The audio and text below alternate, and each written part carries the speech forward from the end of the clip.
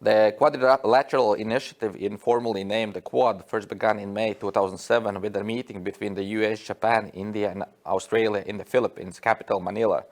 The informal grouping, championed by Japan's then Prime Minister Shinzo Abe, was viewed by analysts as an attempt to step up cooperation in the face of rapidly rising China. Prime Minister Suga told reporters he would seek to promote a free and open Indo-Pacific and also build stable relations with neighboring countries, including China and Russia. So when Prime Minister Yasuhide Suga and Secretary of State Mike Pompeo greeted each other in front of a bank of American and Japanese flags on October 6, 2020 in Tokyo, they exchanged what was surely the longest first bump in their nation's 7-decade alliance, a nearly 15-second joining of knuckles. U.S. State Secretary Pompeo remarks on October 6 evening. He said that the Quad's members needed to protect their people from China's exploitation, corruption, and coercion. And he blamed China for a cover-up of initial coronavirus outbreak in Wuhan. A statement about Mr. Pompeo's meeting with the Australian Foreign Minister Marisa Payne described their discussions of China's malign activity in the region. On 16-18 of September, the World Leadership Alliance Club de Madrid and the Boston Global Forum co-organized the Policy Lab, Transatlantic Approaches on Digital Governance, a new social contract in the age of artificial intelligence, in which presidents, prime ministers, distinguished thinkers, and scholars discuss the social contract for the artificial intelligence age. And so, significant standards for world politics, economy, and in the 21st century. You can hear me? Can you hear me now? I just want to make sure that everybody can hear me. We have made sure that, it's like the internet is triple secured. So please let me know if you can hear me from Riga. Give me a sign, a nod or something, because our technical experts are checking the communications now. So if you can hear me, just give me a nod or something. We are trying to reestablish our internet communications with you.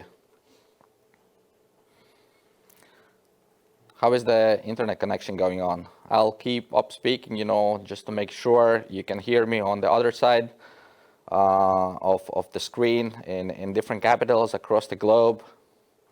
So probably also this is one of the indications that, we have to make sure our capabilities are up to the task, for the Euro-Atlantic partners and also for the global partners, for the Western community that is upholding liberal democratic values. Please let me know when you can hear me, when there's anything like any sound that reaches you. Then I will continue, with the introduction, and probably I have to cut it a little bit shorter now.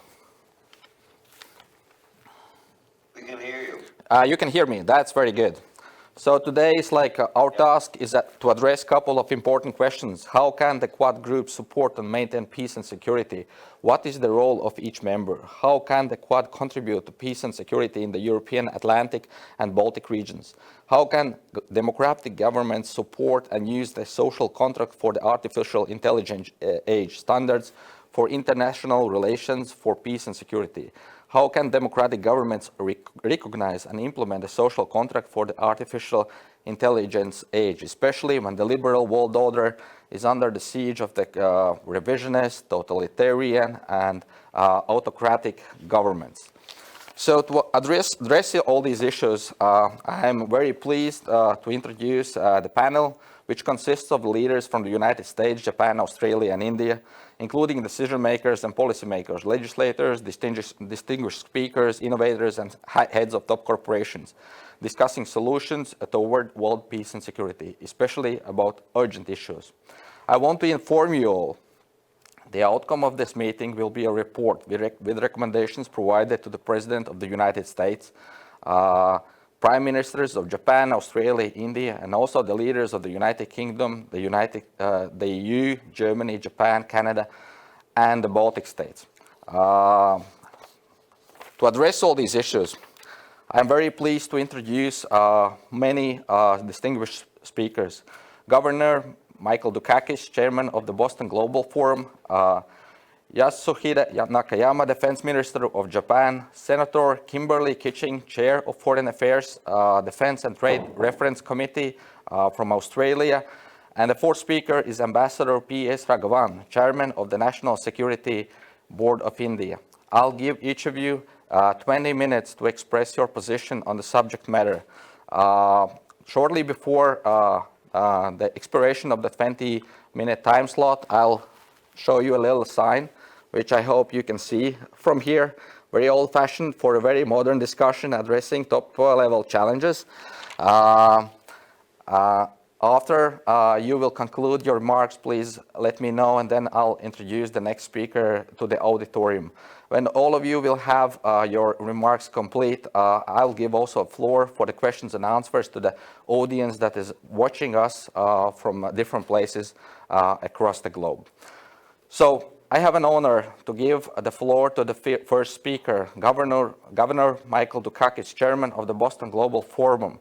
And I expect, it's like assuming he would also address issues that stem from the results of the US presidential election and the challenges that we may face ahead for the next 4 years.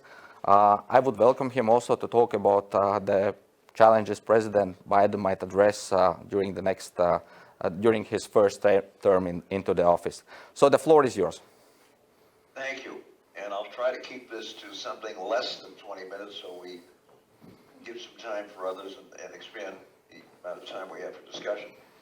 Obviously, the big news in the United States right now is the presidential election and Biden's overwhelming victory in the popular vote. Now, many of you probably are as confused as the rest of us about this electoral college thing and why the United States still insists on operating with an institution that should have been abolished 150 years ago. In point of fact, Biden won by over 5 million votes, and it may get to 6 million before this is over. And this election should have been called by midnight on Tuesday of Election Day. But because of the Electoral College, we have this extended process that is still going on in some states. It's not going to change the result. Biden's going to win this, already has. But at some point, I hope in my lifetime, we'll get rid of the Electoral College and count the votes and decide who, in fact, has won. And we could have done that the night of the election because it was pretty obvious that Biden was going to win. In any event, we're going to have to put up with this for a while. And in the meantime, the incumbent president and some of the people around him are still talking about fraud and mistakes made during the election. One of the things that was remarkable about this election was the integrity of the process under both Republican and Democratic secretaries of state who are responsible for running elections in the United States. It was really, really, really amazing. And in fact, I don't know if all of you are aware of this. I mean, the folks that are from the United States are, but we have a Republican Secretary of State in Georgia who has been asked to resign by two of the candidates for the United States Senate from Georgia, which will not be resolved until the 5th of January. For reasons I'm not sure I understand. He sounds to me like somebody who takes his job seriously, believes that the process has got to be honest and open and transparent, and in fact has done so. And he and the other secretaries of state in the rest of the 49 states, I think have done, regardless of party, have done a remarkable job of running as fine an election as we've ever had in the United States. And is one of the reasons why it's clear who the winner is. Biden is now more than 5 million votes ahead of Trump. And I'm quite confident that he'll be taking office. But we need to do some work in the United States on how we elect presidents. I mean, this is ridiculous. I mean, every by midnight on Tuesday, everybody knew who had won the election, and yet we're still fiddling around with a handful of states that still haven't been called and so on. I mean, there we are. Now, part of the problem is that we've got a very strange guy in the White House. And at some point, he's going to have to decide that he's got to leave. But one of the reasons he got defeated so decisively is because people don't understand him. They don't like him in many cases, although he does have a strong following, almost a cult-like following.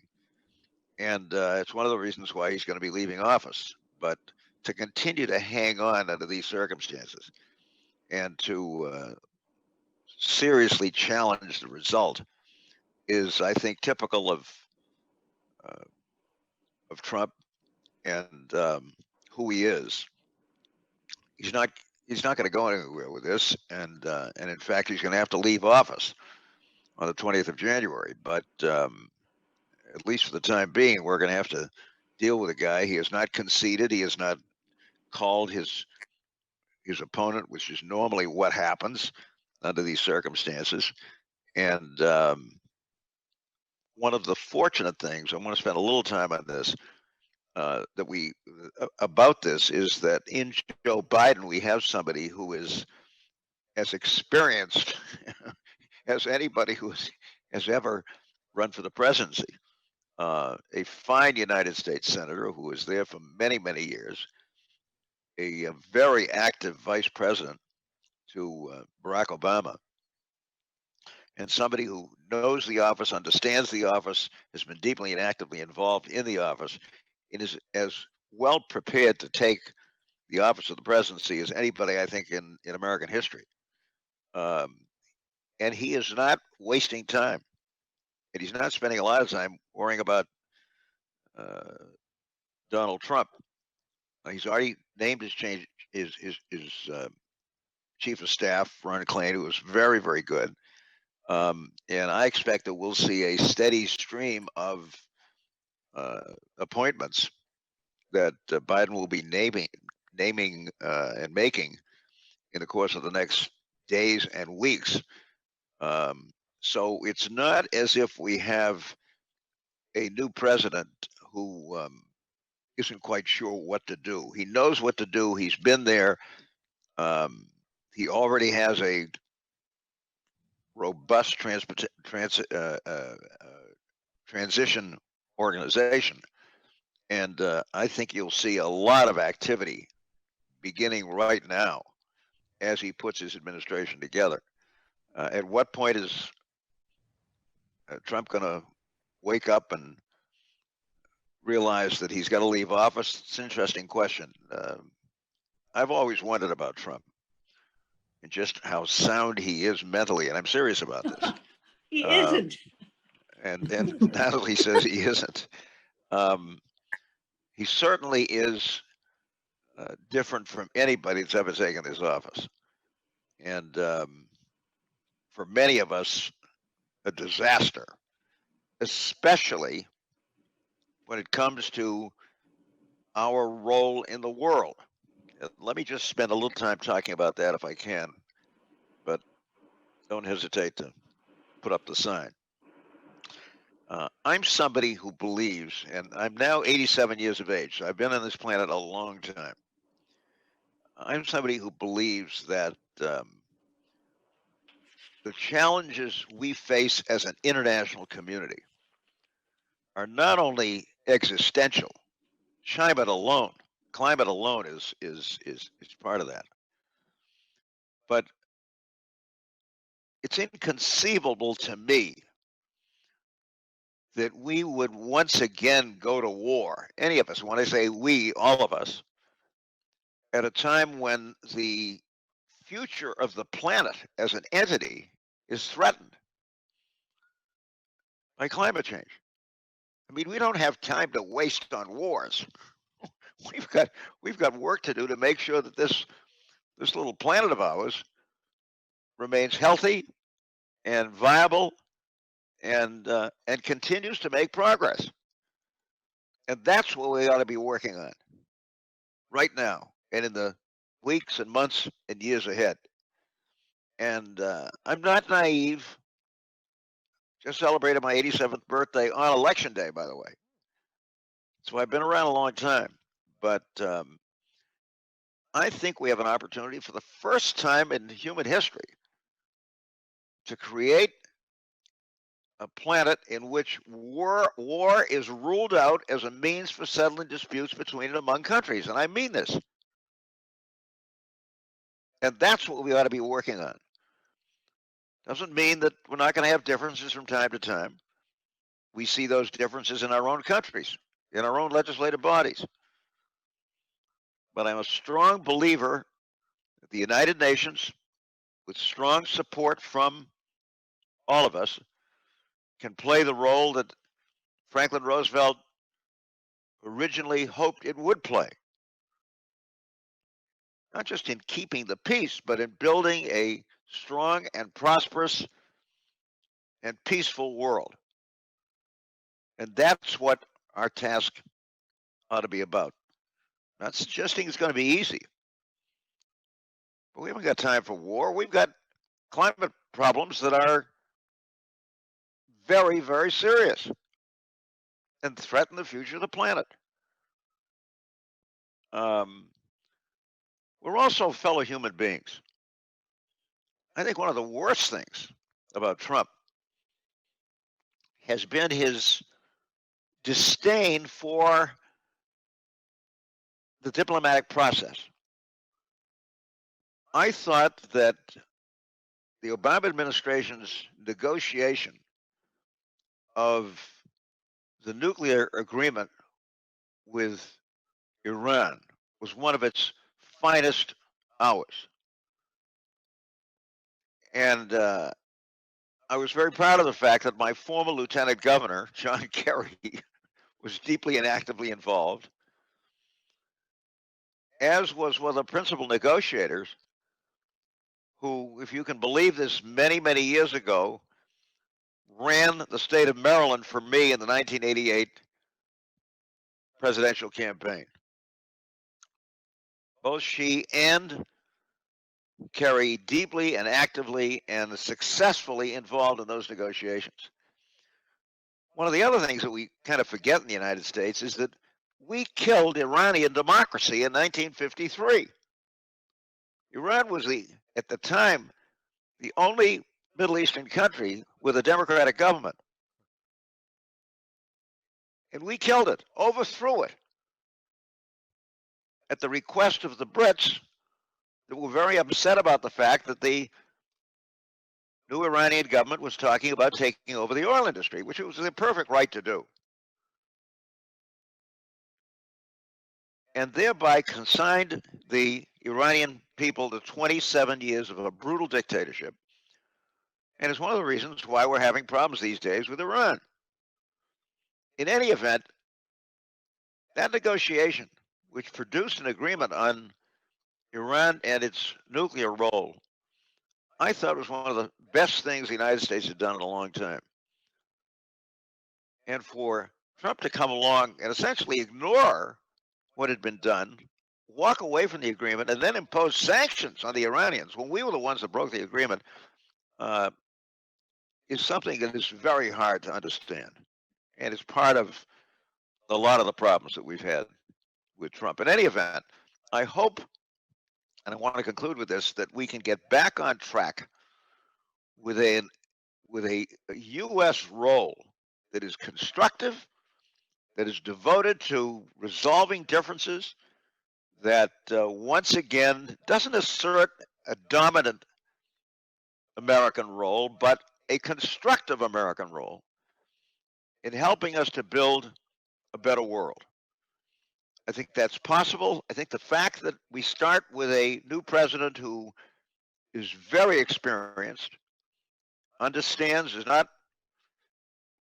fearful of the process that is required, and I think for the most part has the respect of world leaders in their countries around the world, is a very, very good step in the right direction. He's not going to need a lot of time to get up to speed and get going.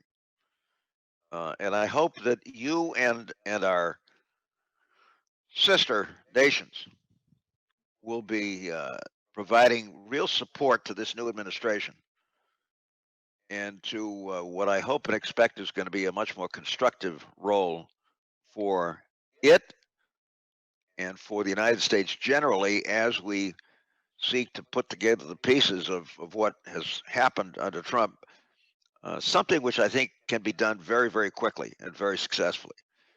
And if I sound like an optimist, I am. But this has been a very difficult 4 years for you, for us, and for the world. And I hope it's the last time we'll ever have to go through anything quite like this. We should be better than this. The world deserves better. And I hope and expect that my country will play a very constructive role. Now, if you say to me, so what's going to happen in 4 years? I can't tell you that. By that time, I'll be 91 years of age. But still an optimist and still convinced that as a world community, we can do great things together, and look forward to doing that with all of you and our sister nations. We've got a lot to do, much hope, significant progress that has been made despite what has happened over the past 4 years in the United States. And I think all of us in the U.S. are looking forward to resume a constructive role with you in building the kind of world that we need and want. So thanks for listening, and look forward to what the rest of you have to say, and how optimistic you are that we can make real progress here. Thanks. Thank you very much, Governor Dukakis. We are very optimistic here in Europe. We are very much welcoming the new president, who is a staunch transatlanticist.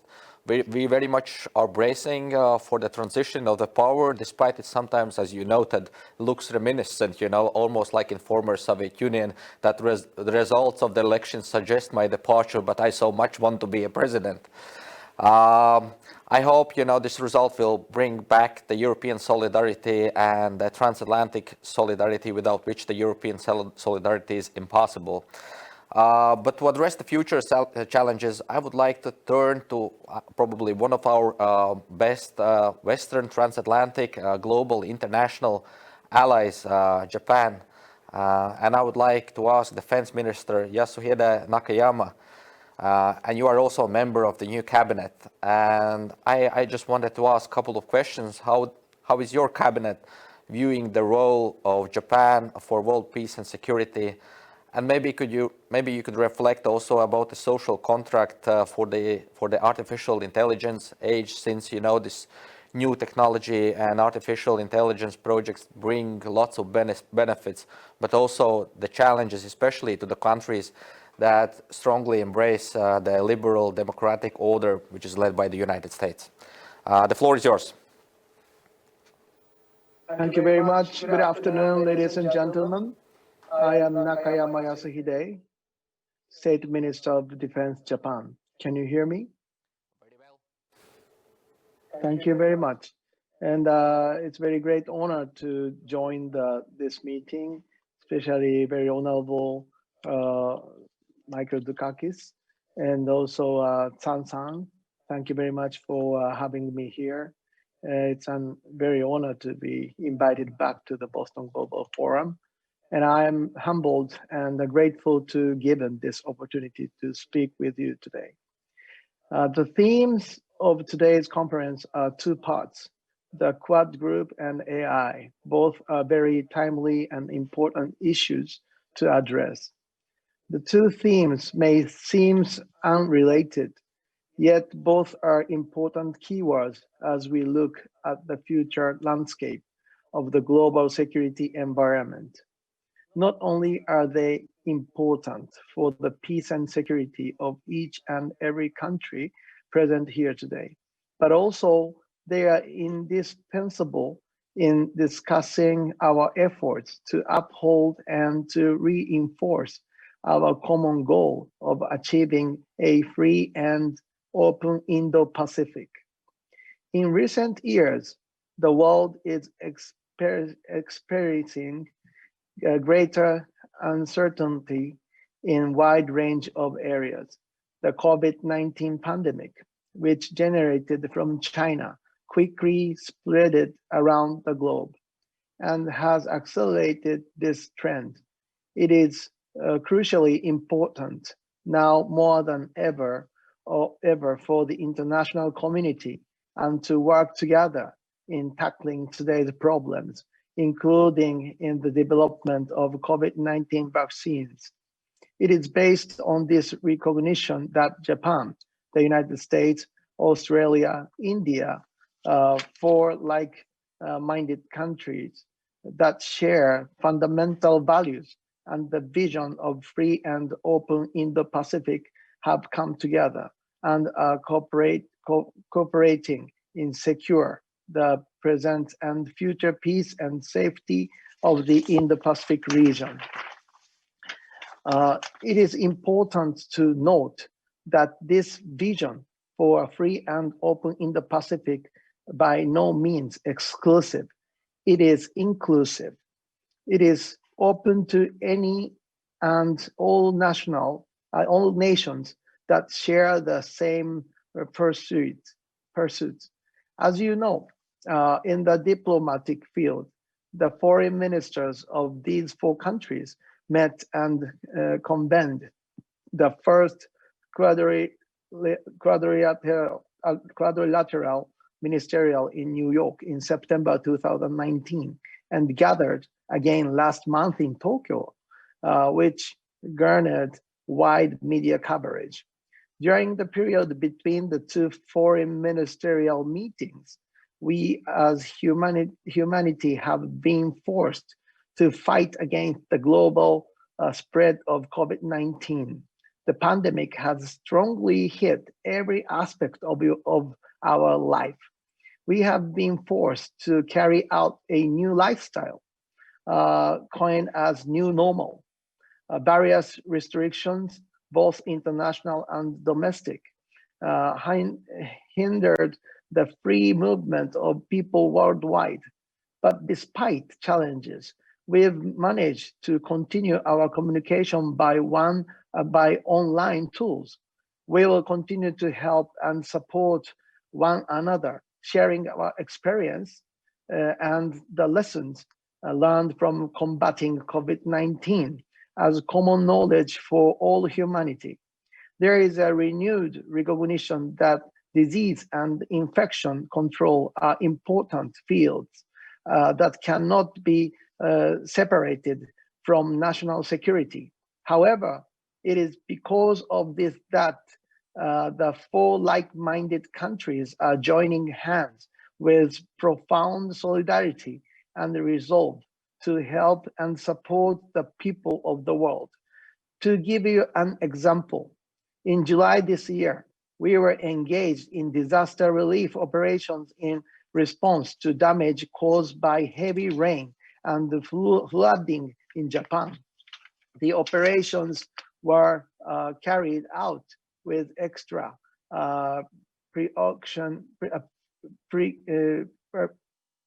precaution against COVID-19 and lasted for a month. And they completed with no personnel being infected by the coronavirus. We believe that data and knowledge on the disease and infection control are common knowledge for all humanity and should be widely shared with transparency. Starting from the early stages of the pandemic, Japan Ministry of Defense shared our knowledge and lessons learned on COVID-19 with 83 nations and 6 international institutions. We will continue to share our findings with the world, as we believe that such effort will lead to protection of lives and the peaceful living of people. Meanwhile, we see that China is proactively sending medical supplies and medical experts to countries hit by COVID-19. Some have pointed out that China is leveraging its support to these countries in an effort to expand its sphere of influence and to redesign the international and the regional order to its strategic advantage. Not only that, but the midst of an ongoing pandemic and when country needs to work together, China has continued its attempts to alter the status quo by coalition in both the East and South China Seas. Moreover, we believe that it is important for countries to cooperate in not only information sharing, but also to work closely in exchanging views on the impact that infections disease could have on defense and security. As we engage in cooperation, such as capacity building in countries vulnerable to infectious disease or counter dissemination of false information. It is important that we share views on infectious disease to strengthen a rule-based international order, especially on false information or so-called fake news. We see this as a serious problem that requires greater attention on information literacy, the ability to think critically and to determine what is true and false. The same ability is required when using the international or AI, internet or AI. It's important that we try to solve problems based on accurate information, spirit of mutual understanding, and in accordance to the law and through dialogues. Talking about a little more about the defense cooperation between the four countries just this month. The four countries participated in the naval exercise called Malabar as a tangible way to showcase our cooperation. This marked a great achievement with participation by the four countries that support a free, open, and rules-based Indo-Pacific. Also demonstrating the close cooperation and presence of the four countries in the region. I'd like to underscore that all nations agreeing to uphold and to reinforce a free and open Indo-Pacific are welcomed, as we all need to work together in meeting the various challenges of the world. Next, according to today's theme, I'd like to discuss how Japan Ministry of Defense is planning to utilize AI to further enhance our defense capabilities so that we can better support and protect fundamental values such as democracy and the rule of law. With AI application, IoT will connect everyone and everything and will instantly share vast amounts of various knowledge and information. AI is technology indispensable for the creation of future innovations and new values. It is for this reason that the Japanese government announced the launch of Society 5.0, a vision for the future shape of Japan, to create a society with a high degree of convergence between cyberspace and real physical space. The government as a whole is now working to implement AI technology. For instance, big data will be analyzed by AI, and the analytical results will be fed back to humans by robots or other forms. With AI application, we can expect new values to be introduced to our industries and society in ways not possible before. On the other hand, as we've experienced in the past, scientific developments can lead to greater prosperity. Yet I can also present new challenges to national security. Unfortunately, we are now faced with the same problem. Development in AI technology and greater connectivity with IoT have created new challenges to national security. In other countries, the use of AI is private sectors have led to the development of new military technologies, such as drone swarms, and also renewed information warfare threats, such as dissemination of fake news. It is being suggested that in the near future, superiority in AI adaptation will decide how battles would be fought. As noted in the current edition of the National Defense Program's guidelines and the medium-term defense program, in order to deal with the surrounding security environment, which is increasingly severe and opaque, the Ministry of Defense and the self-defense forces are focusing efforts to invest in AI application and other potentiality game-changing technologies. Moreover, taking into consideration the country's aging population, aging population, and low birth rate, we will proactively promote the use of fully automated device and or labor-saving machineries. Also, in order to establish new defense capabilities while making the best use of limited resources and capital, we will proactively promote the use of AI in areas such as information analysis and or force operation. It's being said that using big data maximize the performance of AI.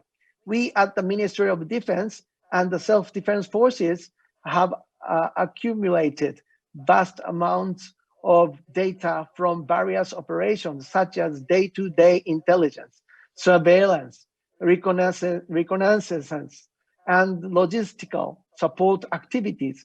Our institutions have also obtained large volumes of data through years of research and development. We believe that by using data also made available by the public sector will further enhance the performance of AI. I'd like to now briefly share two specific examples of AI application.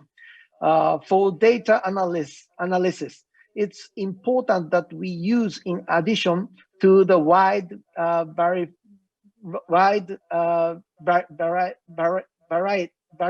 variety of information that we at the Ministry of Defense already have, to also include big data made available on the internet and or other sources to conduct a comprehensive analysis. However, it requires a great deal of time process big data on the internet. By using AI to collect and organize open source information, while we humans analyze the cold collected information by AI, we would be able to not only save time and labor in eliminating biased information, but also to efficiently collect information and conduct its analysis. We also need to keep in mind that the intermediate stage of AI processing is usually a black box. This creates an inherent problem of reliability, fairness, and accountability associated with AI application. To overcome this problem, it's important that AI is used with correct knowledge and to develop human resources equipped with the right skill sets to do so. For Japan, a country with few natural resources and again shrinking population, human resources are considered national treasure that will support and produce future made in Japan. This is why it's important that the country as whole works to develop human resources capable in AI. We at the Japan Ministry of Defense are planning to apply AI to a greater number of equipments in the future. Given limited resources, we plan to maximize our effectiveness by developing defense capabilities equipped with AI applications.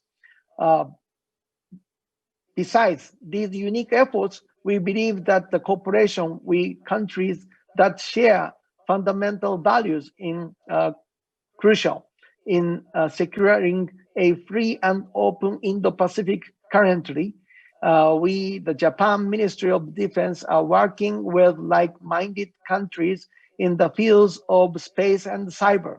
IoT has connected people and objects and expanded new security domains such as space, cyber, and electromagnetic spectrum.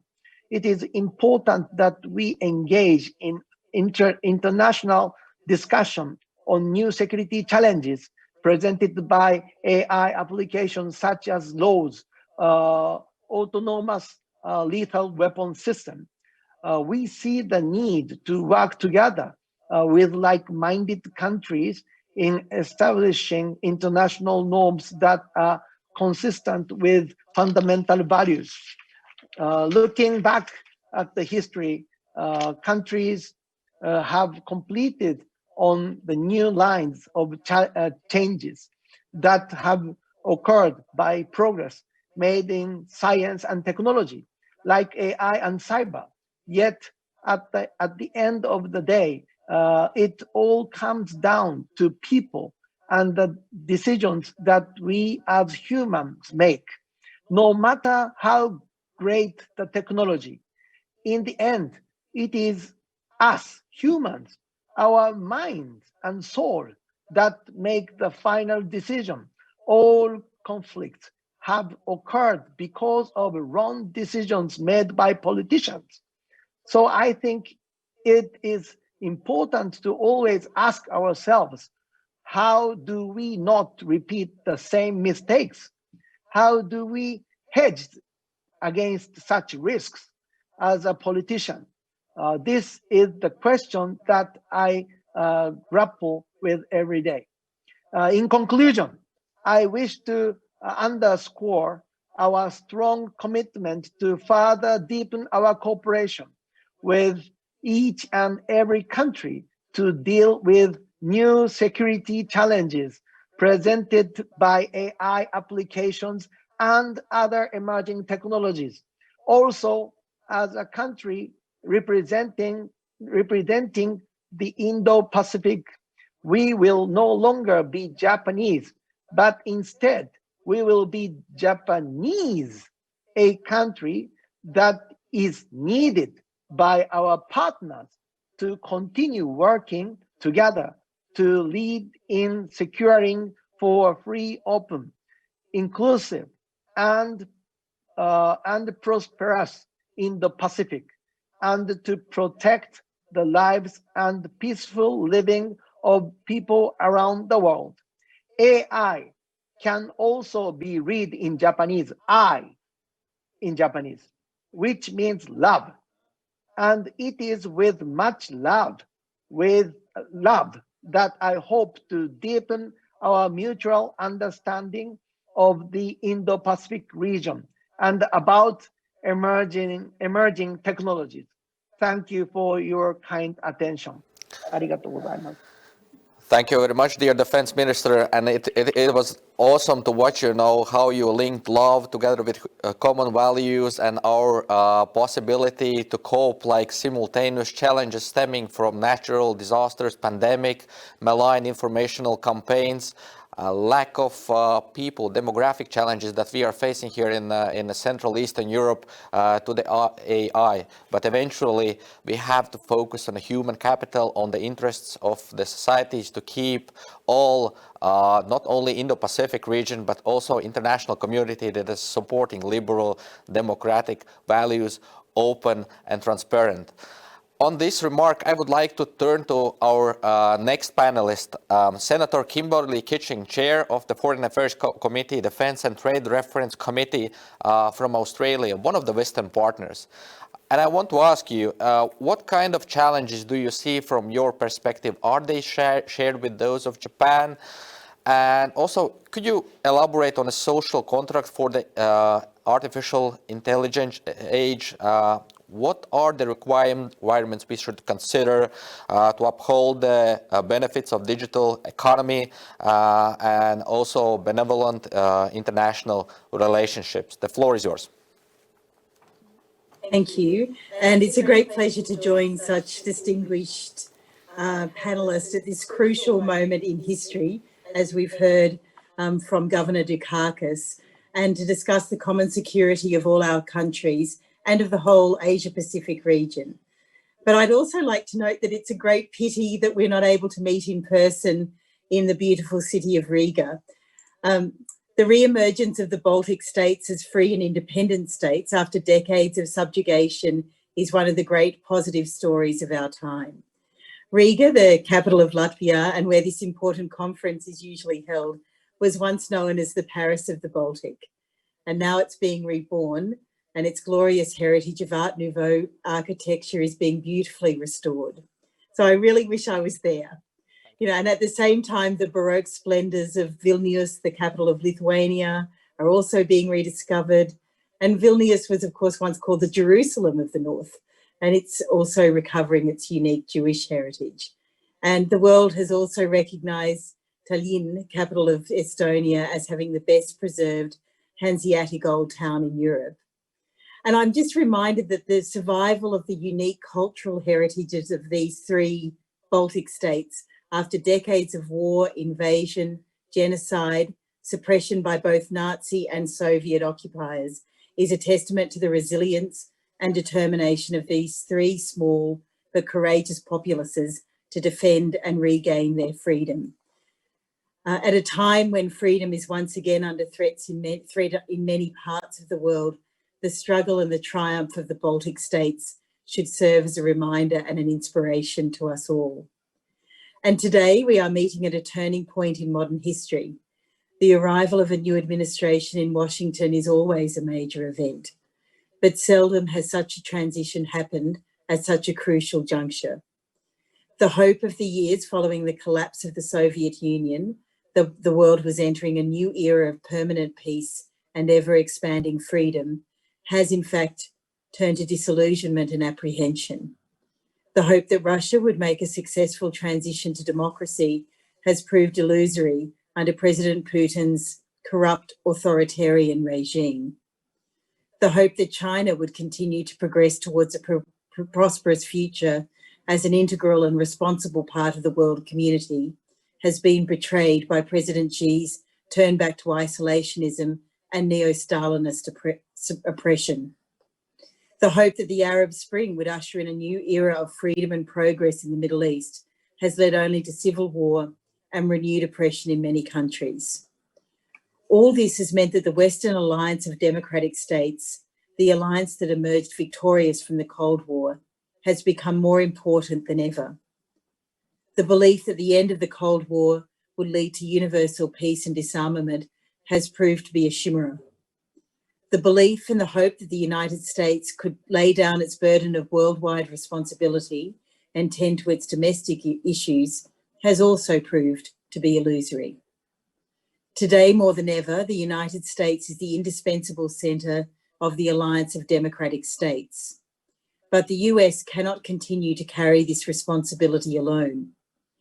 If at this juncture the world needs American leadership more than ever, and I believe it does, then equally, the United States more than ever needs reliable allies, allies willing to take a share proportionate to their size and strength of that burden.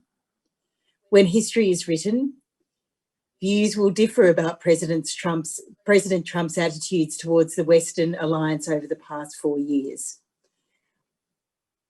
He has indicated a working alliance requires a full commitment and indeed an increased commitment from all the partners to that alliance. From its position between 1949 to 1951, when NATO, ANZUS, and the Japan-US Security Treaty were formed, the US's share of global wealth has declined. This decline has been commensurate with the growth of China and other emerging economies, especially in Asia. There is nothing surprising about this. It represents the recovery and rapid growth of the world economy since the 1950s. But there is also no doubt that this change should be reflected by all democratic states taking a greater share of the responsibility and the cost of maintaining the alliance. China, in 1950, had only begun to recover from decades of civil war and invasion. But its rapid growth, subsequent to President Deng Xiaoping's reforms in the 1980s, has been the most consequential economic story of the post-war period. China's rise should not have necessarily alarmed us. China has been a great power through most of recorded history, as its population and the skills of its people entitle it to be. It was only in the era of the Industrial Revolution and of Western imperialism that China fell behind, first behind the Western states and then behind Japan. Now it's regaining its place as a great power. But with this comes responsibilities, grave responsibilities. And they are responsibilities to peace, security and cooperation, and best embodied by the post-war multilateral system. Unfortunately, President Xi and the Communist Party he leads have misread the lessons of China's rise. The greatly increased power and prosperity of modern China have not come because of Communist Party rule, but despite it. They flow from the adoption of free market policies by Deng Xiaoping and his successors, beginning in 1979. In our region and beyond, this has led to discussions of a new security architecture for a new era. The advent of a new administration in Washington provides an excellent opportunity to discuss this. I don't say that in any spirit of criticism for the outgoing administration. Over the last 4 years, Australia has enjoyed an excellent relationship with Secretary of State Pompeo and the supremely capable, now former Secretary of Defence, Mark Esper. When they were in Canberra for the annual AUSMIN talks in August last year, they met with the Australian government and with leaders of my party and found almost complete agreement with the views they expressed. That agreement will continue under President Biden, regardless of which party is in office in Australia, as has been true ever since the alliance was forged in the darkest days of World War II. We have a deep appreciation of the United States and Australia. We have many shared ties. It's most commonly referred to as a special relationship here. They are not only our allies, but they are also our friends. Now, I might have painted a fairly gloomy picture earlier of the retreat of democracy in some parts of the world in the years since the end of the Cold War. But the other side of that picture has been the expansion of prosperity, democracy and freedom in much of the Asia-Pacific region. In South Korea, Taiwan and Indonesia, despotic military or one-party rule has given way to fully fledged democracy. In Malaysia, Singapore, Thailand, and the Philippines, there has been rising prosperity, but political progress has been more uneven and punctuated by setbacks. There has been a free election in Myanmar, yet a complete transition to democracy has been elusive. But overall, the picture has been one of continual, if uneven, progress towards greater prosperity and democratic freedom. Most importantly, the whole region is anchored by the two great democratic powers at its two geographic extremes, Japan to the northeast and India to the southwest. As the Asia-Pacific and the Indian Ocean regimes have become in some ways the geopolitical centres of the world, displacing the Atlantic focus on the Cold War era and bypassing the deadlock conflicts of the Middle East, the importance of these two powers has steadily increased. They are, of course, culturally very different, but they have a lot in common. They are both stable democracies and both now possess formidable military power. What they have also had in common in recent decades has been a reluctance to take a more assertive role on the world stage. I think it is increasingly obvious that in this new situation facing the region, that this has to change. I have been speaking of India as though were part of the World Alliance of Democratic States, and it has, of course, been an active member of the Commonwealth of Countries, as has Australia. But of course, India has never formally been part of any alliance. It was a founding member of the non-aligned movement and has always insisted on its status as a neutral power. If anything, during the period when Pakistan was an ally of the US under the old CENTO Treaty, India could under past Congress governments, tended to align itself with the Soviet Union. But with the end of the Cold War and with the demise of Congress and its traditional neutralist attitudes, new alignments are posing new challenges and new possibilities to Indian statecraft. And I'm very much looking forward to Shri Raghavan's comments. India has seen for itself the newly belligerent tone of the Chinese Communist Party policy under President Xi. The India-China border issue in the Himalayas, which lay dormant for more than 50 years, has been revived by China. Both Pakistan and Bangladesh are being drawn further into China's web of economic and political dependence.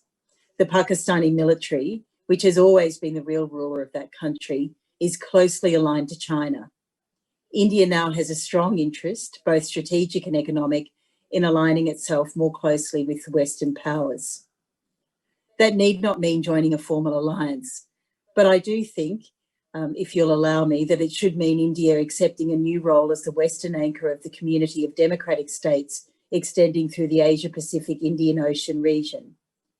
Also, that new role should certainly be accompanied by a greater recognition of India's status as a great power. Japan, far from being neutral, has been a treaty ally of the United States since 1951. But that long alliance has had the unfortunate effect of encouraging the belief in Japan that it can always rely on the US to come to its aid if it finds itself in danger from any unpredictable neighbours to its west, China, Russia, and North Korea. President Trump took a sometimes different approach to America's traditional allies, and Japanese leadership might consequently have also made different assumptions. Japan's relationship with the US should be increasingly one of genuine partnership, both militarily and diplomatic, rather than one of deference and dependence. But we must recognise that for good historical reasons, there is a deep reluctance in Japan to embrace anything that looks like a revival of militarism. This is why there is such deep resistance to revising Japan's pacifist constitution, a major obstacle to Japan becoming a full member of any broader military diplomatic alliance of democratic states. Here I note that Australian Prime Minister Scott Morrison will next week travel to Tokyo as the first world leader to meet in person with Prime Minister Suga. The two will sign a defence pact that codifies a reciprocal arrangement 6 years in the making for hosting visiting troops. And we are very much looking forward to the first Japanese troops that arrive on Australian shores. Diplomacy must always be backed up by a credible threat, implicit or explicit, to use military force if diplomacy fails. Prime Minister Abe recognised this, and he won 3 large election victories on a policy of pursuing a more robust foreign and defence policy, specifically including a commitment to revising the constitution.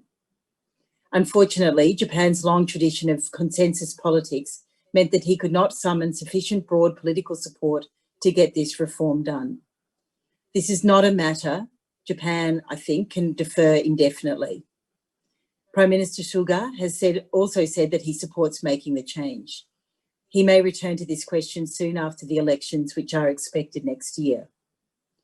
Overall, I think the prospects for forming a much closer alliance between the democratic states of the Asia-Pacific region are bright. They are getting brighter as the urgency of the current situation becomes more apparent. President Xi is riding a tiger. He has committed China to an aggressive policy. This, inter alia, is damaging its vital trade links with the Western world, which are already under severe strain because of the COVID-19 pandemic. As I have said, the Chinese people have tolerated communist rule because it has given them rising prosperity. But if Xi's policies lead to a serious economic setback, the foundations of the CCP rule may show themselves to not be so stable. This alliance in the making, and the one we are here to talk about today, is usually called the Quad, a reference to its 4 members, being obviously the US, Japan, Australia, and India.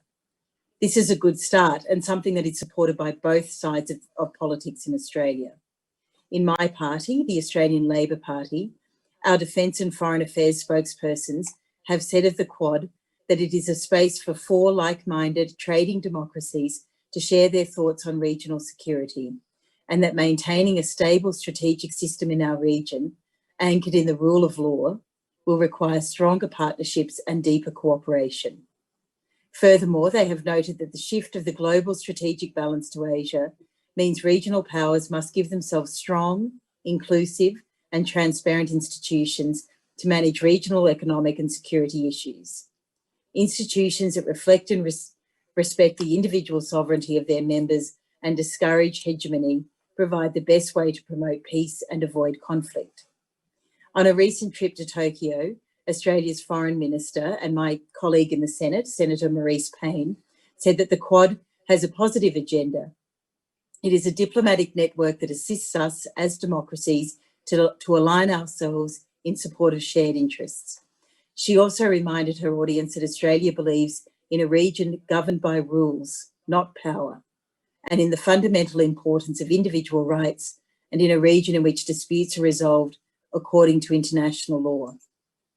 I strongly agree with all these statements, but I would argue that these arrangements need to be broader. We should certainly be seeking to include South Korea, Indonesia, the Philippines, Malaysia, and Singapore in formal and informal alliances. We should also hold out to Thailand, Myanmar, Vietnam, Laos, Cambodia, and Bangladesh the prospect of closer economic and strategic links to the Western Alliance if they go further with transitions to democracy than they have so far managed. Resistance to China's attempts to enmesh countries in its web of influence should be encouraged. I hope the new administration in Washington will seriously take up the prospect of building such a new security architecture. And I'm confident that Australia will be ready and willing to participate in this and other such endeavours that lead our region, and by extension the world, to ensuring like-minded nations' sovereignty. Thank you. Thank you very much, Senator Kitching. Thank you very much for the nice remarks at the beginning of your speech. And in the end, I mean, I must just appreciate, your remark that we should focus on building broader alliances of the states in Indo-Pacific and beyond that obviously share the same values. And also, I really like, it's like your remark about India being the most populous democracy in the neighborhood that is becoming a little bit adverse, or to say the least, because of rising China. That is why I would like to turn to the Ambassador Raghavan, who is also a chairman of the National Security Advisory Board of India. Dear Ambassador, would you be so kind as to share comments? How is the neighborhood looking like from the New Delhi. Would you be so kind as to share about your thoughts about, artificial intelligence and the social contract, and what could the Quad group do to enhance the common values and uphold the liberal democratic order which has been proposed for the United States to its allies and alliances? The floor is yours. Thank you very much. Let me start by thanking the Latvian Transatlantic Organization and the Boston Global Forum for inviting me to this panel. It's been a real pleasure to be able to listen to perspectives, a pretty broad spectrum of perspectives from around the globe. And I hope to address some of the points made also by the various panelists. I was very greatly encouraged, like all of us, all the others have said, about Governor Dukakis' assessment of the US global role as he expects it to unfold as no doubt a dominant power in the world, but also with a constructive approach to international cooperation. It's something that I think encourages all of us. I will also address Senator Kitching's point about India being, shall we say, a shy bride when invited to an alliance. I will address that a little later, but let me start with the point about how our neighborhood looks to us, the Indo-Pacific region, and where we are coming from into the Quad. We define the Indo-Pacific region as a region extending from the east coast of Africa to the west coast of the US. Unlike most of those here, whose definition is really from the east coast of India to the west coast of the US. But our interests, our economic and security interests, I think, span the entire Indian and Pacific Ocean. As in fact, Prime Minister Abe recognized in a speech he made to the Indian Parliament as way back in 2007, I think it was. Well, people don't often recognize it, but India is a sea-locked country. We have long borders to the north, west, and east, but political, security, and geographical conditions have ensured that these borders are not conducive to movement of people and goods. And therefore, really 90% of our trade is across the Indian Ocean and extending on the other side, 30% of it is through the Straits of Malacca. Most of our energy supplies comes from the Indian Ocean. Also, the marine resources around the Indian Ocean are very valuable for the economy of our littoral states. And then you have, of course, arms smuggling, drug running, human trafficking, and of course, terrorism, which is carried by the Indian Ocean. The last major terrorist attack on India was from the sea. So the critical importance from an economic and security perspective of the Indo-Pacific region is what causes us to try to ensure that this region is not dominated or by the hegemony of one power, any one power. So, it also, of course, we are in a very strategic location in terms of between a peninsula jutting out into one of the most important commercial sea lanes of the Indian Ocean, of the world, and between the two choke points of Hormuz and Malacca. So this brings us to China, which obviously is what all this is about when you talk about the Quad. Very few people want to mention, very few of our official representatives want to mention China, and yet it is the major elephant in the room. And one doesn't need to spell out all the Chinese activities over the last 10 years. I mean, I think it has been mentioned, its activities in the South China Sea, its territorial expansion there, unilaterally occupying disputed islands and creating facts on the ground, ignoring the Permanent Court of Arbitration judgment which ruled it illegal, punishing countries with unilateral economic sanctions whenever it feels they have sort of hurt its national interests. I think we've seen this happen to Japan many years ago, and then Korea more recently, Mongolia. and of course, most recently Australia, where they tried to impose economic embargoes. But coming beyond that, the Belt and Road Initiative. The Belt and Road Initiative is a major geo-economic and geostrategic move by which China is dangling infrastructure projects before Eurasian leaders as far as the land segment of the BRI is concerned, for projects to be implemented by Chinese companies using Chinese labor and indebting them with Chinese loans. And then if you look at the Maritime Silk Road, which actually people don't mention much, but that is the even more threatening part of China's ambition. It is building these dual-use infrastructure, port infrastructure across the Indian and Pacific Oceans, right up to the east coast of China. So, and from an Indian perspective, of course, the most concerning part of it is the China-Pakistan economic corridor. A lot of fuss is being made by many people in India about the fact that it runs through disputed territory that India considers under the occupation of Pakistan, illegally under the occupation of Pakistan.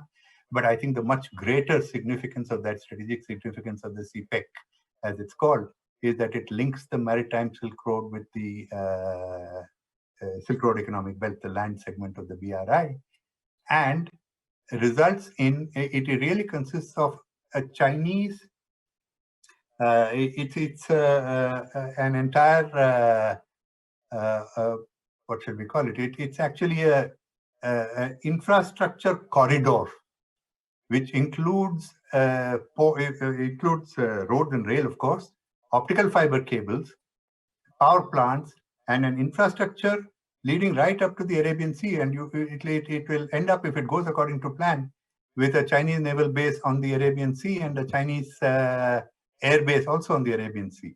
And the strategic significance of that extends well beyond India. I mean, you have the Chinese armed forces at the mouth of Hormuz, and just beyond that is your is the US base in Bahrain, the air base in Qatar. So these are really frightening manifestations of Chinese ambition. And as Senator Kitching mentioned this, China has not learned to be a powerful country with exercising its responsibility towards world peace. And that is where I think we have our concerns with that. So India's participation in the Quad, its logic for participation in the Quad is quite obvious. It's part of what I would say is a multi-pronged approach, because we also have bilateral relations with countries of the region, with very strong relations with Japan, with Australia, with Korea, with ASEAN, particularly the countries of ASEAN, which have, ASEAN, today people talk about ASEAN central, the centrality. People talk about ASEAN centrality.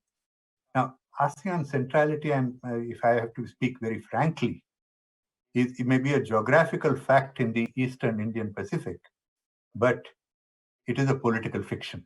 And in fact, it was one of Australia's foreign secretaries who once said this to me many years ago, and it stuck in my mind. You need to look at Vietnam and Indonesia very differently from some of the other countries of ASEAN, and you need to see how we can bring them in to the Quad. I'll come to that. I'll come to this point about the expansion of the Quad to other countries. I think Minister Nakayama mentioned this as well. But if you look at the Quad itself, I think we need to understand what it is and what it is not. And there is a lot of rhetoric which is obscuring what the Quad is and what it is trying to achieve. Now, I don't think we do a service to ourselves by calling Quad a strategy or an alliance, because it is not yet either of that. It is basically 4 countries which are seeking to create a strategy for what the Australian Foreign Minister called recently after the meeting in Tokyo, achieving strategic balance in the region. Yes, of course, that's what we're trying to do. And we talk about an Indo-Pacific security architecture, but if you look closely what each of our 4 countries is saying, we are not exactly there in terms of convergence on what exactly the security architecture consists of what are the pathways to reaching there, and how each of our 4 countries can contribute towards that. It's something that we still need to work out. I mean, we understand it. We are trying to find an equilibrium of interest. We are trying to find equilibrium of aspirations of the countries in the region. And of course, respect for sovereignty, freedom of navigation, freedom of trade and investment, adherence to international rules, freedom of overflight, etc., etc. All this is accepted as common ground, but we still haven't worked out how to reach that. And the reason for that is that we cannot really frame Quad as an organization or as a grouping which seeks to contain or confront China. We are not there, because every country in the region has a very strong economic engagement with China, and Chinese military dominance in that region is really overwhelming. Which is why, you know, it's not only us, but countries of the region are nervous at some of the statements made in the US National Security Strategy or the US Indo-Pacific Strategy document of the DoD, Department of Defense, because that frames the objectives of the Indo-Pacific, have it somewhere here, as geopolitical rivalry between free and repressive world order visions. It also says that, you know, the US defense strategy is to posture ready, combat credible forces, if necessary, to fight and win. This makes people in the region nervous. I strongly suspect, from all that I've heard of the Biden campaign, that there will be a definite change of nuance in the approach without actually, recognizing fully the China problem, but not to frame it in such aggressive, combative terms, which will enable, and that will enable what Minister Nakayama said of trying to get in other countries. It doesn't need to be a quad, it can be a quad, a hexagon, and various other geometrical shapes as we add further countries to that. And we need to add further countries to that. And I think Vietnam and Indonesia, as I said, are obvious candidates who would be quite happy to join if we are able to frame realistic objectives and sort of temper the rhetoric and are more respectful of existing realities. I think the idea is to press China to the negotiation table. We need to get all of this. The objective to create a cooperative order is to bring China to the negotiating table, to make it recognize its responsibilities as the responsibility that its power brings with it. In the short term, for example, trying to see that the code of conduct, for example, that ASEAN is negotiating with China, well, it's not just an ASEAN-China issue, it's an issue where all of us are concerned with, trying to see that our legitimate rights as in the South China Sea are protected. To see that China's Belt and Road initiative becomes more responsive to the development needs of countries, is less a Chinese outreach and more a cooperative venture for creation of infrastructure. So I think these are the various objectives of the Quad. The other thing I would like to say is also that the fortunes of the Quad have depended very much on who have been in office in the 4 countries of the Quad. We know that after 2007, Quad sort of stuttered and stopped operating and came back again later. We again see, there are 2 changes of office in Quad countries, and we hope that constancy of purpose will remain with the new leaders. And now let me address Senator Kitching's question about India's commitment to an alliance. I want to first address this misrepresentation or the misconception that India remains a non-aligned country. India is not a non-aligned country. You know, non-alignment was a concept that lived during the Cold War and died after the Cold War. There's no meaning. It was to sort of maintain an independence of action between power blocks, try to get the most out of them.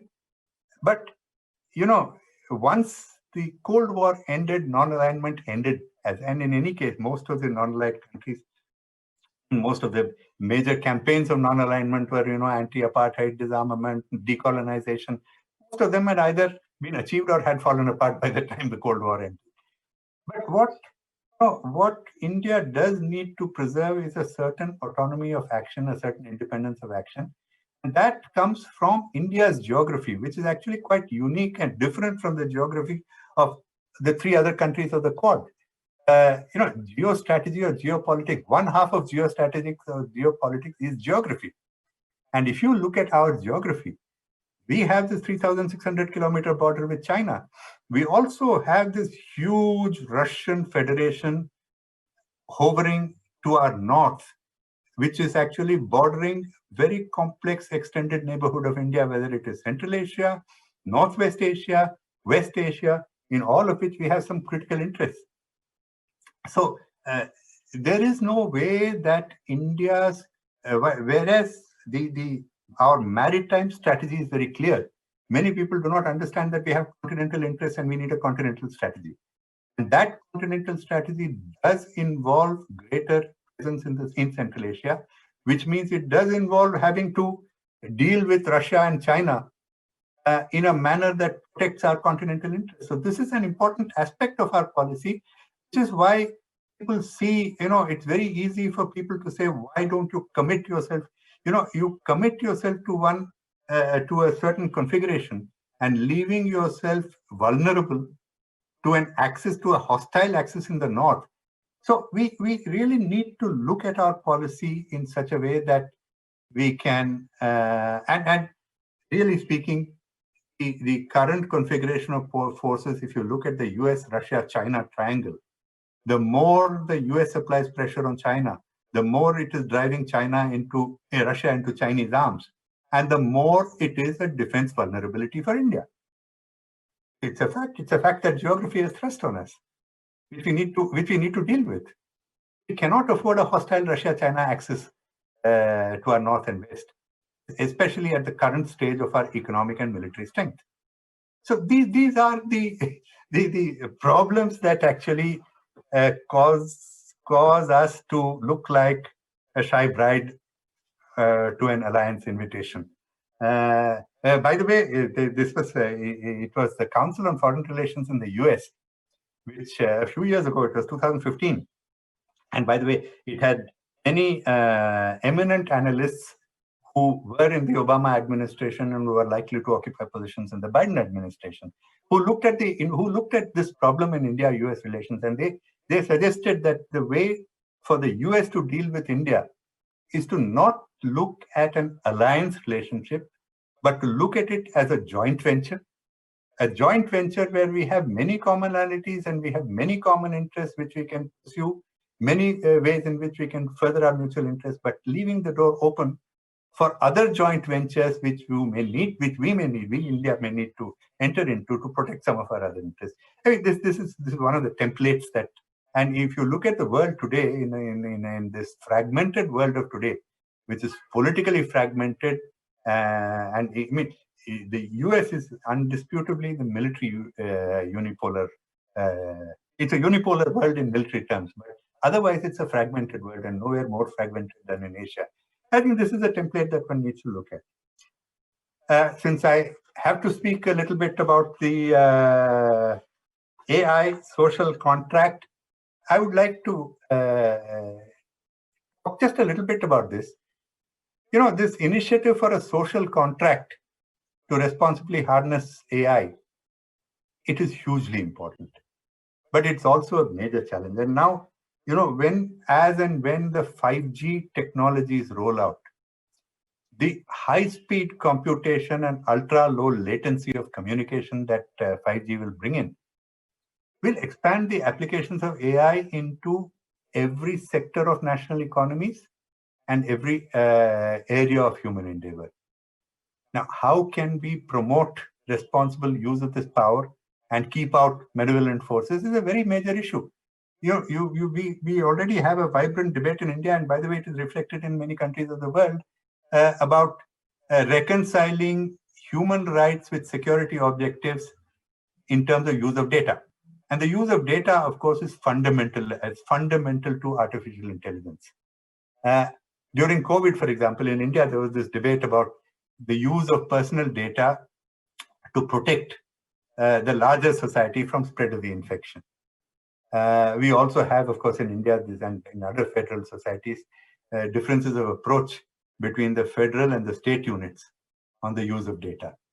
And then, if you look internationally, if you look at a potential technological Cold War that is brewing about Chinese 5G and other 5G, and what China is doing in pushing its 5G technologies on the backs of its digital Silk Road, I think we're going to have a far more difficult task trying to bring an international approach to responsible uses of artificial intelligence. And I have one comment about the democratic alliance that has been talked about. I think the use of AI and responsible use of AI has to go beyond a democratic alliance. You know, we have an alliance of democracies for responsible use of AI. It leaves those whom we do not consider democracies free for irresponsible use of AI, and that can actually damage all our economies. It's very, very difficult to this is not something that you can close ranks, close a border, and keep from entering into your countries.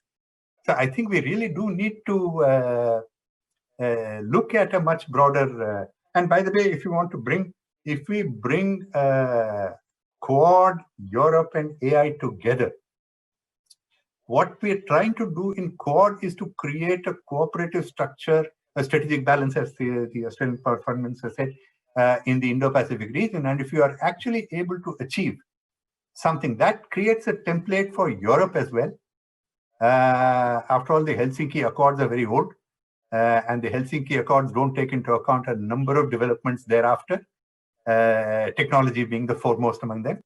And we do need, and so an Indo-Pacific security architecture conceivably could create a template for a similar initiative in Europe, a new Helsinki Accords, and it doesn't have to be in Helsinki.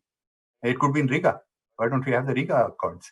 After all, the Baltic countries, and as was mentioned as well, have been at the forefront of technologies, have been forefront of the new technologies, of the use of new technologies. And Tallinn, of course, was famous for the first effort to create a manual on cyber warfare. It's a pity that it has not actually reached binding agreements. But so the Baltic countries have done a lot of pioneering work on these new technologies.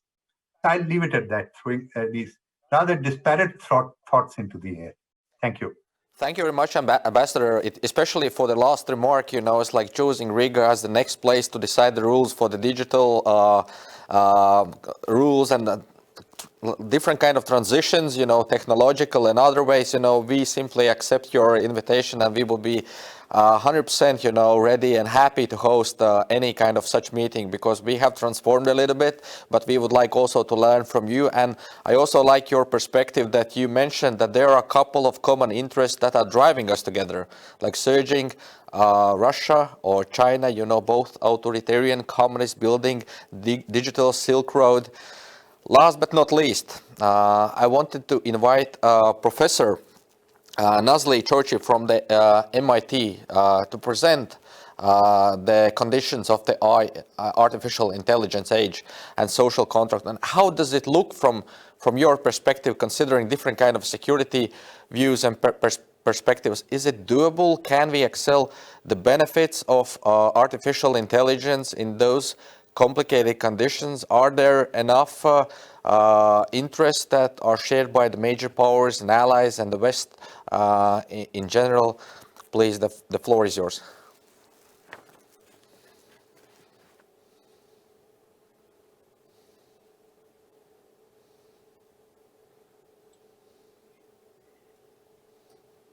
Thank you.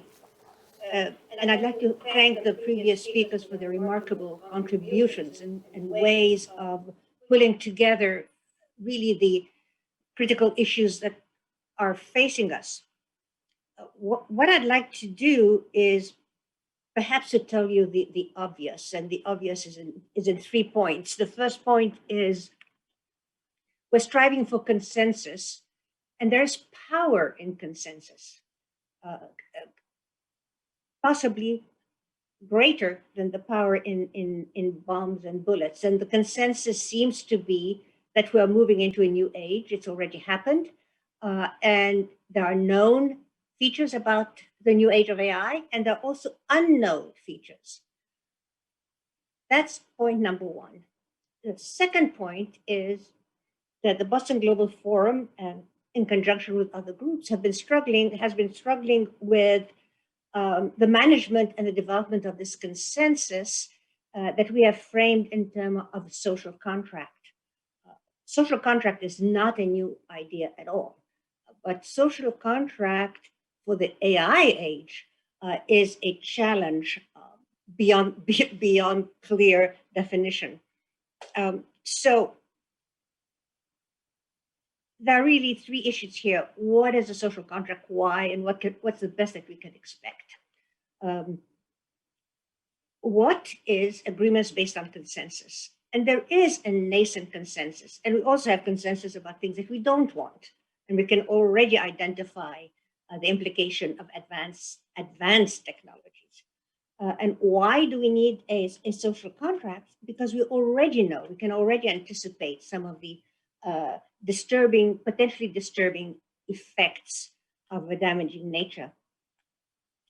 And then finally, who would be involved in the social contract? And I think at this point, we have to recognize that it's a social consensus, but it must be shaped and driven by political leadership and political awareness, and a recognition that although different countries have a different perspective on private-public investments and private-public relationships, in the United States, it's the private sector that has been driving advances in AI, admittedly with support from the public sector. But the fact is, there is a leveling of the playing field worldwide when it comes to IT, when it comes to cyber-related tools, and when it comes to the capacity to support or undermine the stability of societies.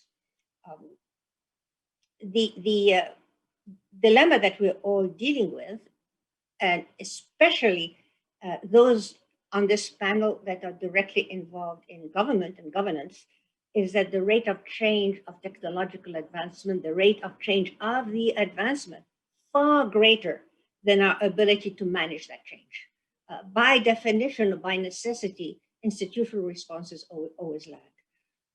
And so the social contract is a mechanism, many of us believe, to reduce the gap in response to the changes, not wait until we have a fully articulated set of international policies for management and for organization and for reprimanding those that digress, but to strengthen the consensus that will support such political moves.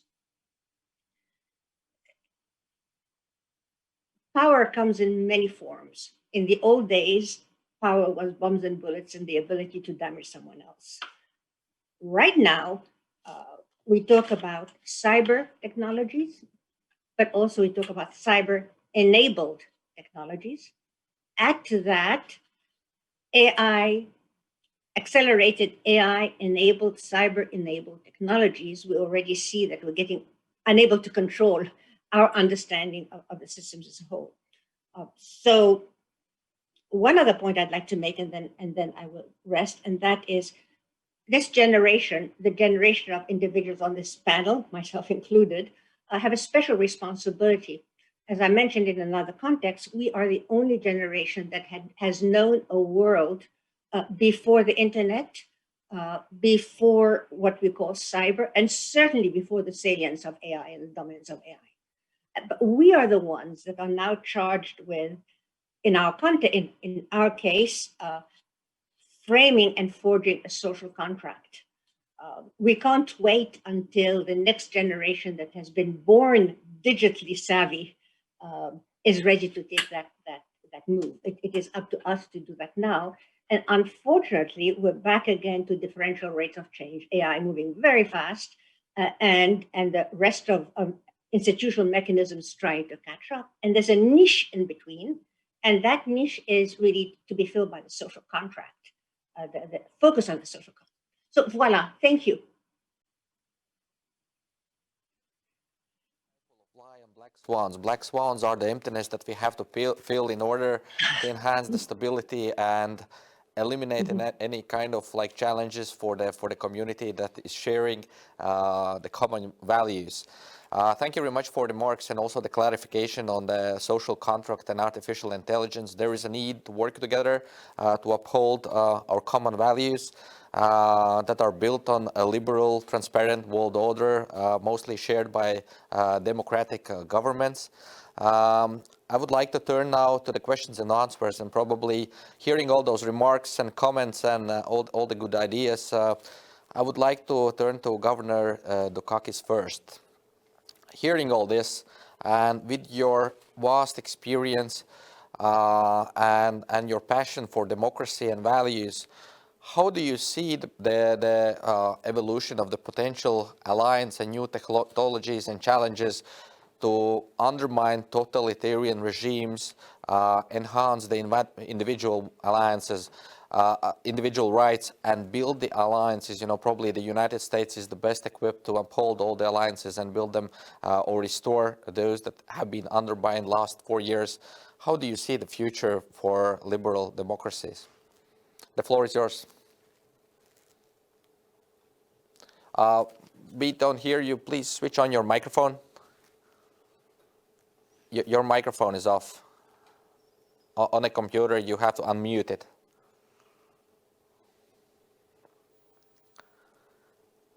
There is the red button, you know, with the line.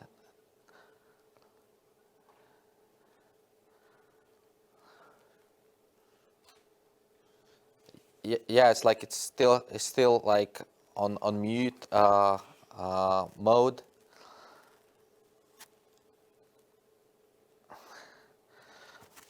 While Governor Dukakis is resolving the technical issues, maybe we could go to another major power, which is India. And I wanted to ask the question to the ambassador that we have here.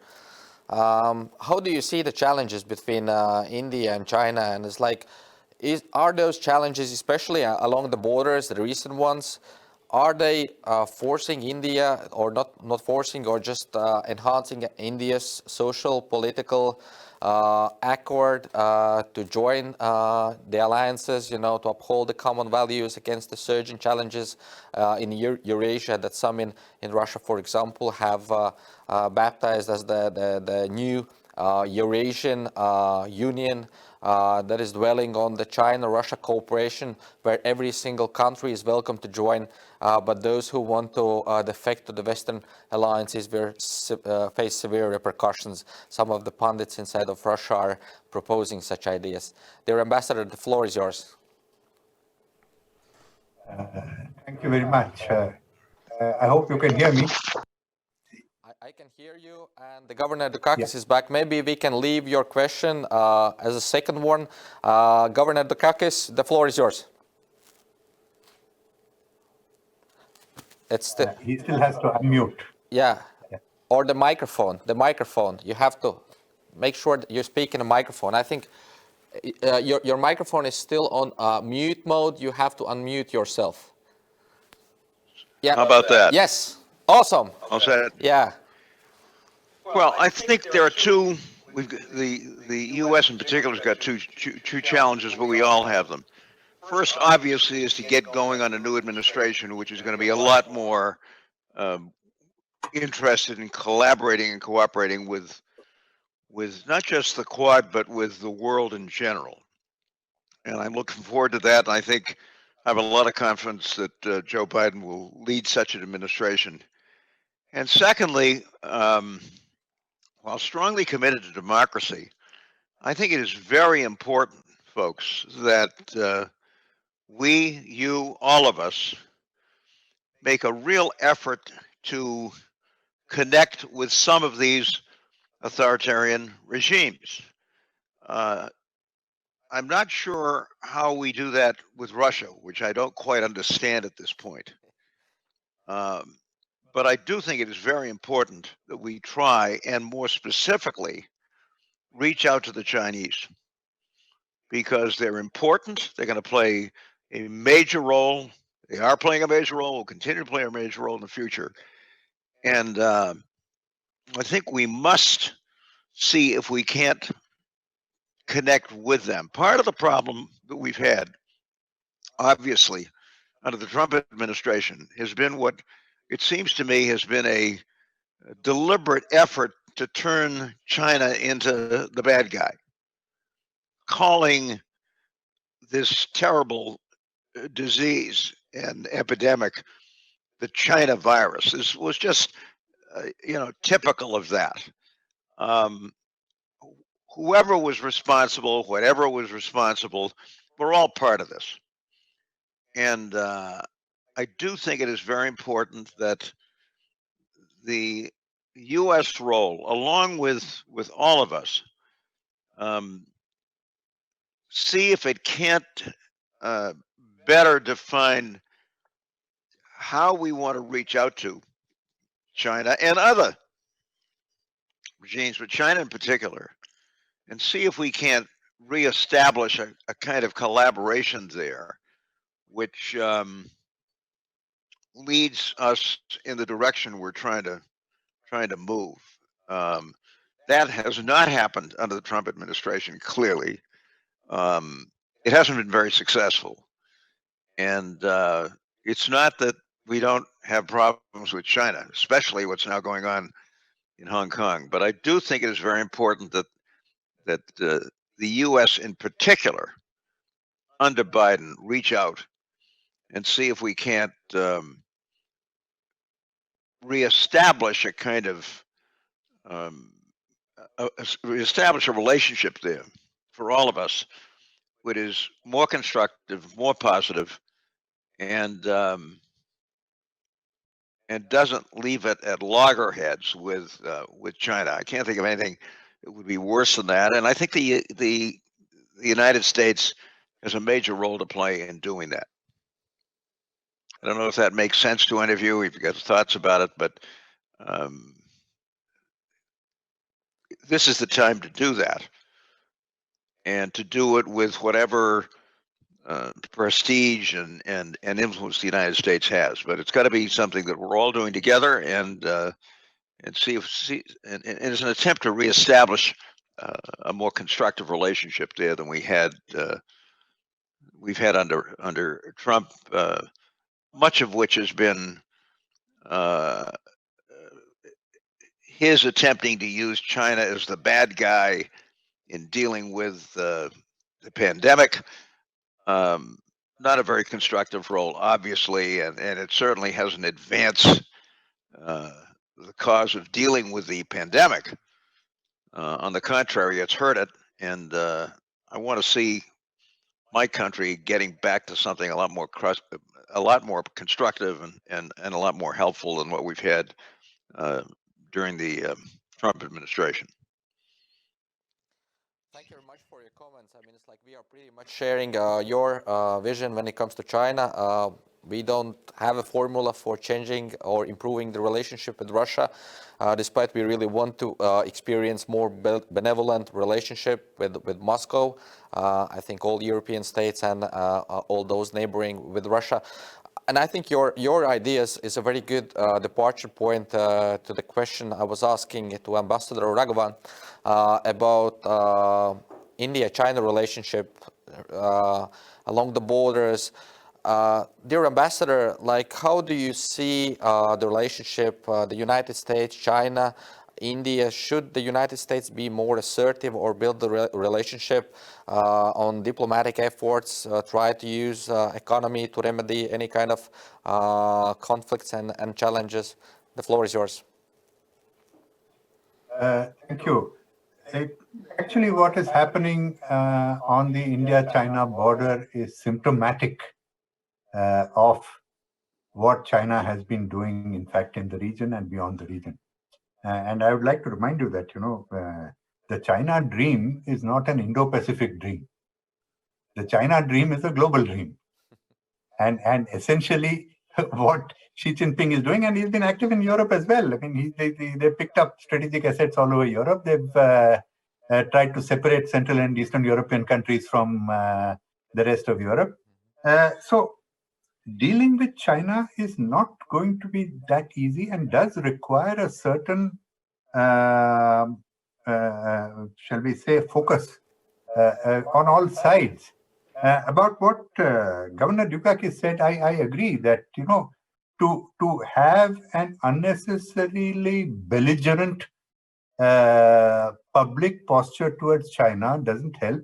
It actually, as I mentioned also in what I was saying, it scares away people in the region as well from joining up to any kind of an effort to create a strategic balance in the region, because China's dominance in the region is so great.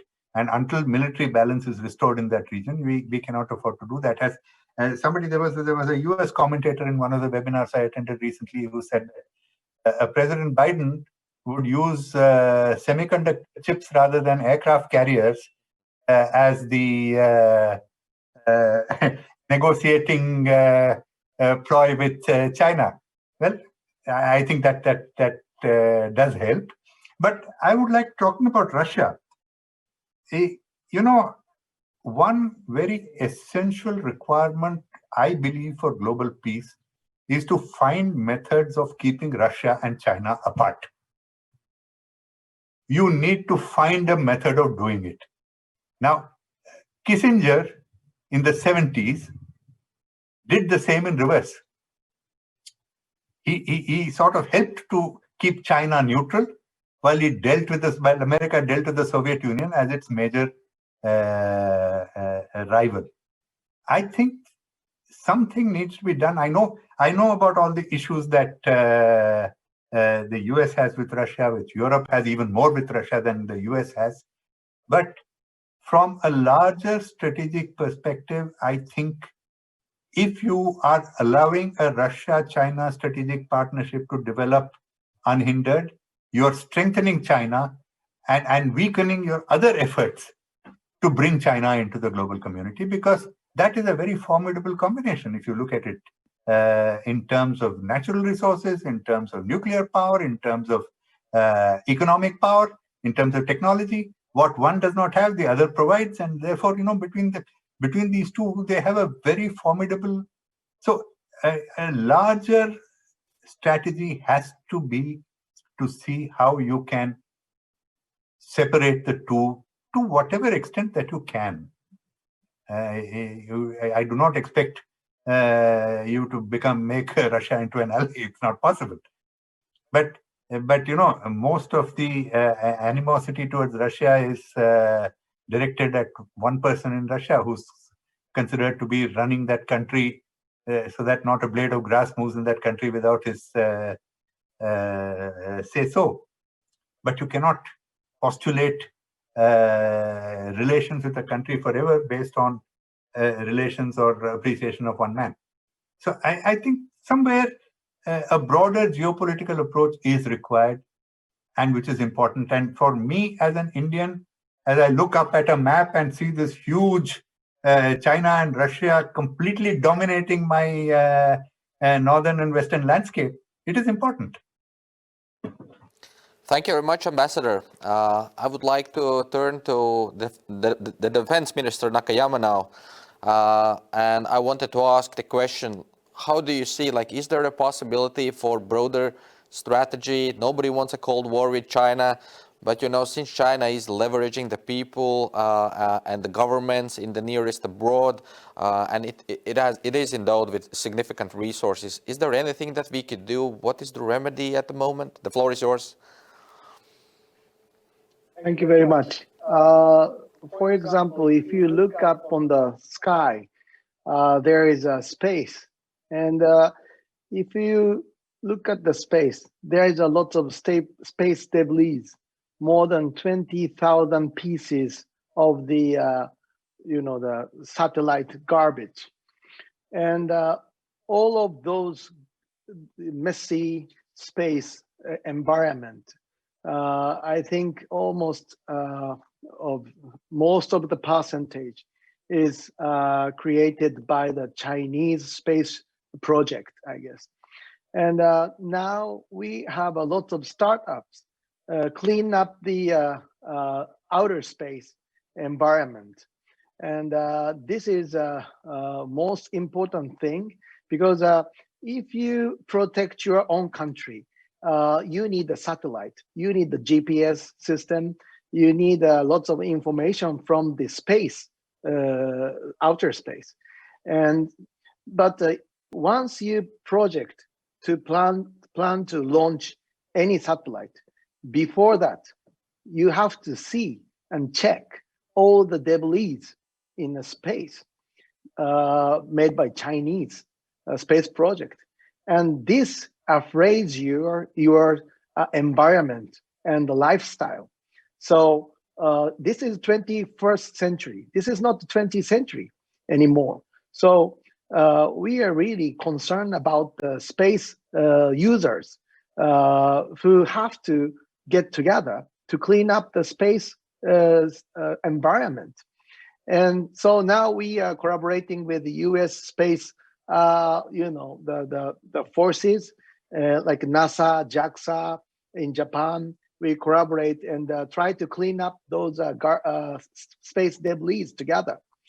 And also in Japan, the Far East area, if you look at the Japan Sea, we almost every single day, Chinese Sukhoi and fighter jet holding the lots of payload missiles, and also the Russian bombers, and also A-50. This is early warning airplanes from the Russians, Russians and also Chinese PLA. They both together fly over our land, and almost every single day. And we make a scramble from Japan Self-Defense Forces each single day, sometimes twice a day, 3 times a day, 4 times a day. And it's actually increasing the numbers. And especially, please focusing on especially Taiwan, around Taiwan now. About a month ago, a Chinese PLA, they exercised to land get into the Taiwan to try to grab and hold that land. And so we are neighboring country of Taiwan, and we really scared what they are doing right now. And also the artificial island issues from the South China Sea. If they launch the missile from submarine, JL-3 missile, its range about 14,000. And they are preparing the missile this year, 2020, JL-3 missile. This can launch South China Sea, and they can aim east coast of the United States. So that means they can aim White House from South China Sea. And the situation has been changed a lot. And if you look up the Hong Kong, not just a human rights issue, but Hong Kong is one of the internet cables hub. They grab Hong Kong already. And so that means if you go dive into the ocean, you can tap any information from the cyber cables under the ocean in Hong Kong hub. This is a possibility in its real world.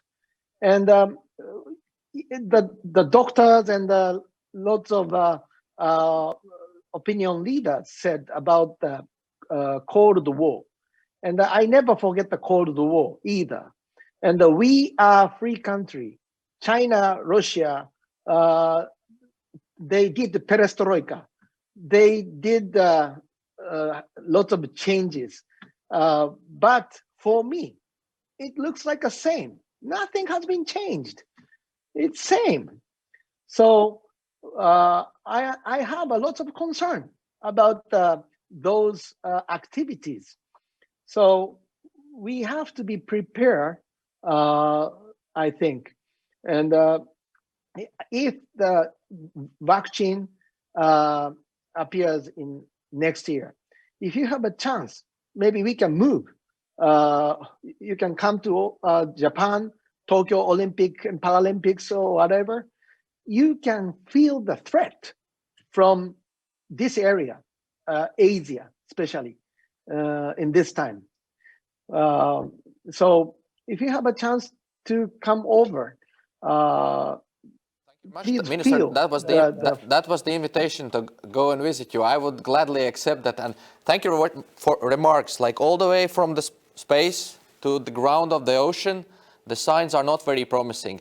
Last few remarks, 1-2 minutes, please, Senator Kitching. Is like, how does the situation look like from Australia before we wrap up? 1-2 minutes, very shortly. Well, in the last few hours, China looks like it's imposing another trade ban on another industry here. So we have our trade minister, who is another colleague of mine in the Senate. We have been trying to have communications with China and various departments, various ministries for some, well, now it's really years. So this has been very difficult. We put out a statement, both sides, both parties that are able to form government in Australia put out a statement today on Hong Kong. And, we, have been condemned by the Chinese ambassador in Australia, in Canberra, late today. So I think, for us, it looks very difficult. I agree that there has to be lines of communication open, because if you look back through history, of course, you see that a lot of conflict has come because people don't have the means to communicate or cease communicating deliberately. And, as von Clausewitz said a long time ago now, war is the continuation of politics by other means. So hopefully we are adept enough at politics to not get to that, continuation of it, and that is a conflict. But, we worry as well about spatial control and satellites over our country, or certainly in the nautical sort of control we have. And I also, think about India a lot. It's a country I've visited quite a lot, and which I really love. And I can see from your geography, you have there's a lot of difficulties there. But we're lucky. We have Papua New Guinea and Indonesia, and that's forming, in fact, a physical barrier in some ways. But I'm also conscious that, for everything that goes on, China doesn't have many friends, not people who would, not countries that would, that are, you sort of get for, they'll act on your behalf, with you for free in a way. China has many transactional relationships, but not a lot of friends. So I think that's also worth bearing in mind. And I think also that, if you look at, I think President Xi's ambitions are very different from his predecessors. And I think that, we hopefully, as like-minded countries, are able to form a grouping to perhaps say, these are ways of behaving that we will accept. These are ways we do not accept. And I think there has to be some very clear communication, which of course is not always appreciated. But I'll leave you, if I can, with a very Australian way of dealing with the Chinese representatives in Australia. The Chinese ambassador spoke recently at our National Press Club, And in the preceding week, China had banned our wine, our barley and our beef. And what was he served at the National Press Club? He was served Australian wine, Australian beef and Australian barley. Now, the ambassador didn't choose to eat a lot of that meal, but that was a very Australian way, I think, of making a perhaps not so subtle point, but a point nonetheless, that, we have top, very high quality agri-produce. We know that normal Chinese and, an upper middle class demographic want our produce. And, we export over, a lot of wine to China, near $1 billion worth. And, we've got these trade considerations, but we also, more importantly, have our democratic values. And I don't think that Australians will give that up for, if I can use it, all the tea in China. I think there's been a resolute sort of understanding of where we are. And I think a lot of Australians think that, we shouldn't sell out our values for a trading relationship. So we are looking to diversify our trade. Thank you very much. I would like to conclude this panel by thanking all of you. It is outstanding to see how so remote areas are so proximate, and these online discussions actually, they provide such possibilities. I would like to thank the governor. I would like to thank the minister. I would like to thank the senator.